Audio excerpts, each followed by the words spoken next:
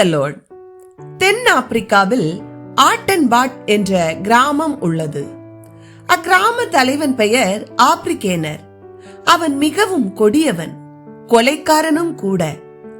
அவனுடைய தலையை கொய்து கொண்டு வருபவர்களுக்கு $1000 தருவதாக அரசாங்கம் அறிவித்தது. பலர் முண்டியடித்துக் கொண்டு ஓடினர். போனவர்களில் அநேகர் ஆப்பிரிக்கேனரால் அடிபட்டு இறந்து போயினர். எனவே அவனை பார்ப்பதற்கே பலர் பயப்பட்டனர். 1816ஆம் ஆண்டு ஆப்பிரிக்கா நோக்கி புறப்பட்டார் ராபர்ட் மொஃபட். கையிலே ஒரு வேதாகமம்.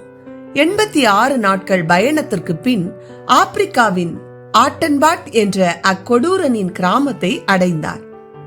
அவன் தலையை கொய்வதற்கு பதிலாக அவன் உள்ளத்தை கிறிஸ்துவுக்கு கொள்ளை பொருளாக கொண்டு வர அங்கு சென்றார். சிறிய குடிசை ஒன்றை கட்டி அதில் வாழ்ந்து வந்தார். ஒவ்வொரு நாளும் சிறு பிள்ளைகளை அழைத்து அவர்களுக்கு கிறிஸ்துவின் அன்பை பற்றி கதைகளை கற்றுக் கொடுத்தார். சொறியும் சிறங்குமாக இவரிடம் வந்த சுமார் 100 பிள்ளைகளையும் அழகாக குளிப்பாட்டி அவர்களின் துணிகளை சுத்தம் செய்து கொடுத்தார். இச்செயல்கள் ஆப்பிரிக்கேனருடைய உள்ளத்தில் கிரியை செய்ய ஆரம்பித்தது. அவனது கடின இருதயம் கழுவப்பட்டு புது மனிதனானான்.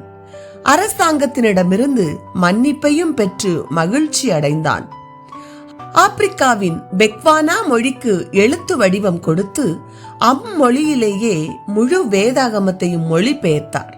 54 வருடங்கள் ஆப்பிரிக்காவில் ஒரு சிறந்த முன்னோடி மிஷனரியாகவும் மக்களின் நண்பராகவும் விளங்கிய மொஃபட் டேவிட் லிவிங்ஸ்டனின் மாமா என்பது குறிப்பிடத்தக்கது.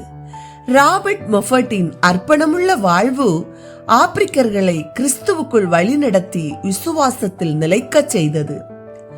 இயேசு கிறிஸ்துவும் இல்லாமல், வாழ்க்கையில் நம்பிக்கையும் இல்லாமல் வாழ்கின்ற மக்கள் உலகின் பல பாகங்களில் காணப்படுகிறார்கள். அவர்களை கிறிஸ்துவின் வெளிச்சத்தில் கொண்டு வர வேண்டுமே என்ற ஆத்தும பாரம் மொஃபட்டை நெருக்கி ஏவியது. எனக்கு அருமையானவர்களே, மொஃபட்டின் ஆரம்ப ஊழியமே ஆப்பிரிக்காவின் சிறு பிள்ளைகள் மத்தியில் தான் அர்ப்பணிப்போடு ஆரம்பிக்கப்பட்டது.